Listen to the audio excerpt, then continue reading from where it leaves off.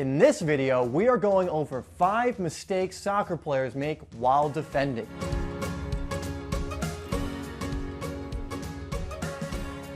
What's up, guys? It's Dave here from SimplySoccer, where we are helping you to improve your game and stand out on the pitch, and we do that by releasing daily soccer tip, technique, and training videos, all designed to help you improve your game. So if you haven't already, make sure you subscribe and hit that bell icon so you don't miss any videos that we release. Now today, I want to go over 5 really common defending mistakes that players make, that if you just are aware of what the mistakes are and start to fix them, you'll find you're a much more solid defender and you're not getting beaten as often. Now the first one is one I go over quite often, and there's a good reason for it, because it's one of the biggest mistakes you can make as a defender, and it's bad positioning. A lot of defending can come down to being in the right positions. For example, if you're in the right position blocking a passing lane, the player has to turn back and now can't pass into that space. If you're covering your man effectively, he can't run in behind you or receive the ball. However, if you're not in the right position and that pass is allowed to happen, or your person you're marking is allowed to spin in behind,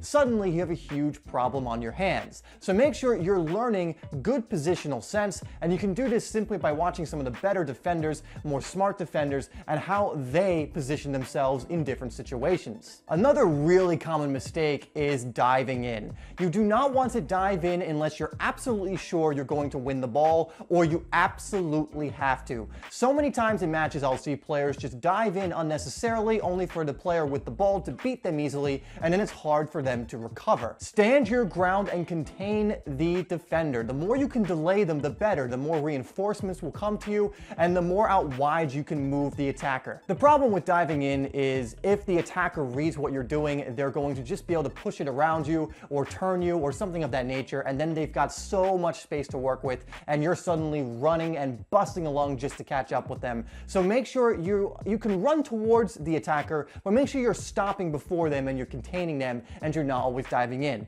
Now, if you're 100% you're going to win the ball, then it's okay to do so, or if you just have to because it's a last-ditch tackle, then you might need to. But in other situations, in more common situations, don't be diving in so easily. Third mistake is one I know frustrates everyone, especially if you're watching your team play and one of your defenders makes it, and it's being way too cute at the back. Look, it's nice to play a nice passing game and be composed, but sometimes you need to just lump it out. Nothing is more frustrating than your center back trying to pass it out of the back, the ball being intercepted, and then the other team going on to score a goal. All of that is prevented if you just clear it away up the field. Sometimes this is actually the smartest thing to do. Now, I'm not saying you should do this every time. Yes, you want a level of composure and calmness at the back, and you do want to be able to pass your way out. But there are certain situations, especially when you're surrounded or backed into a corner, where it's just not a good option to try and pass out of the back, and in those situations you just need to clear it. So do not try and be too cute at the back, because it can cost you in a very big way. Number 4 is losing your man, and this is another huge mistake, and I'm going to go over 2 ways it happens.